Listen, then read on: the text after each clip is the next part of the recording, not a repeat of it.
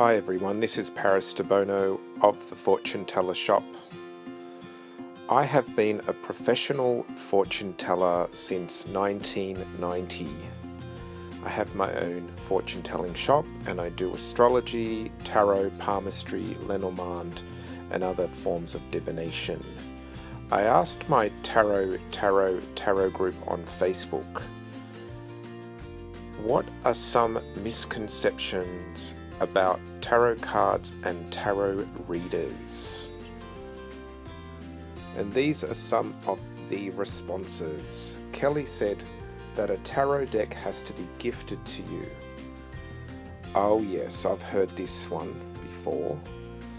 A lot of students often will say that they can't buy their own cards because it's considered bad luck. And I always ask them, where did they hear that from? And must be an old wives' tale or maybe an old superstition.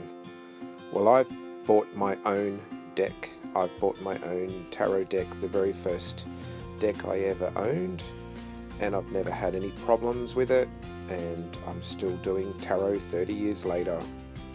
So I don't think it's got any truth or validation behind it at all.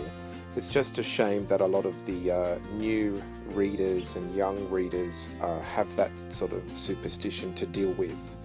I personally like buying my own cards because I know what I like, and if I get a feeling for a deck or if I am attracted to a particular artwork, that's when I buy it.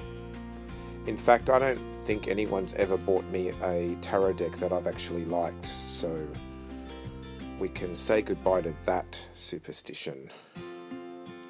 Many of you said very similar things about the following misconception, and here's a few comments.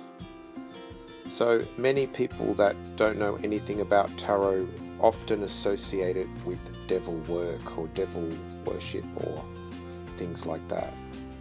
So many of you commented about the same sort of thing. So here they all are. Here are the comments. And obviously people who think we worship the devil somehow, obviously they're just coming from fear and ignorance.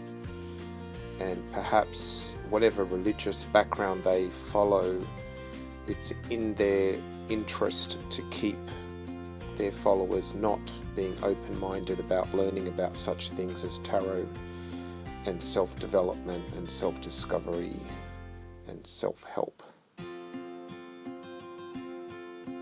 It's pretty sad, really. I actually remember that when I had my other shop in Belvoir Street, Sydney, I remember one time I was sitting inside, sort of near the window on the lounge, and I remember a woman and maybe 2 or 3 of her friends were outside. It was an older lady, and I remember she was saying, oh, they must be having orgies in there and all sorts of things going on in that shop. She said it looks evil and all manner of evil things must happen in there. And I remember sitting inside the shop listening and being able to hear her, and I remember thinking, it's almost like she's projecting her own fantasy onto my shop. It was quite weird. It was almost like she was putting her desire on what my shop should actually be and what should be happening inside it. So I thought that was kind of interesting. Our next misconception is from Hannah. Tarot readers are New Age hippies who are gullible and can't think for themselves. Oh yes, I've had these type of people come into my shop. They sort of assume that because I read tarot and do fortune telling that I must believe in, fairy penguins and unicorn astronauts and rainbow jellyfish and all sorts of things. So I find that quite ironic because I've probably studied, way more than they ever have. And I get that one a lot too. They just think that we are silly and stupid. I recently had a woman who said that she was a skeptic on YouTube, and I had a conversation with her, and basically she said that tarot and card reading isn't real because it can't be scientifically proven. And I asked her if she'd ever had a tarot reading or ever had an astrology reading or a palmistry reading. And she said no, because it's not true and they can't be real. And I said, well, how do you know if you've never had one, if you've never tried one? And then I actually offered to do her one, and she declined. And of course we have the opposite. We have those who think we are geniuses. Alicia says that we have all the answers like a Wikipedia. I have to admit, this one crops up more on Facebook. I see some people posting things like, what do I feel? Who am I? And these very deep questions, or what was I thinking yesterday, or what will I think tomorrow at 3 o'clock? Sometimes I just think these questions are so unanswerable. So it's almost like a spectrum. There are some people who think tarot readers are fools and idiots and crazy and just believe in anything. And then there are those that think we are geniuses, we know everything, we have an answer for everything. I like to have clients that are somewhere in the middle of that spectrum, where they have a healthy skepticism, but they're also open to listening to what the cards have to say. Our next misconception comes from Selena, that you can rudely demand them to answer several questions and they will do it for free. Oh yes, sometimes I've had clients that are really rude, defensive, or even aggressive, and they think that I'm going to give them a great reading. No, there's the shop door, leave. I've literally had sometimes people that I've had to tell to leave the shop because they were rude or arrogant or aggressive.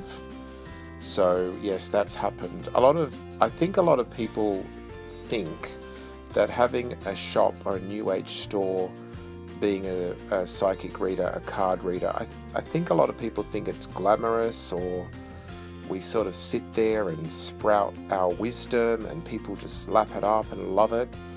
Not always.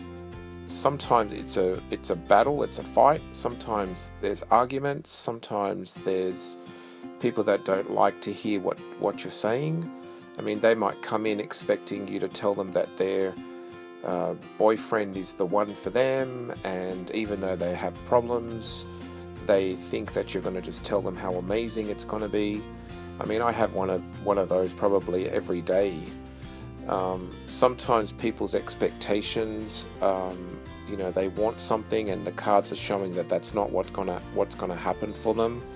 So there's sometimes disappointment. So it's not an easy job, and when people are rude, it just doesn't really work. I mean, I've had some times when I've told people to come back when they're feeling a little bit more calm, because they've come in an agitated way. So it's an interesting job. Well, I'll leave this video there, otherwise it'll get too long. This is Paris Debono of the Fortune Teller Shop, and that was the misconception video. And a special thank you to everybody who contributed with the questions. Thank you.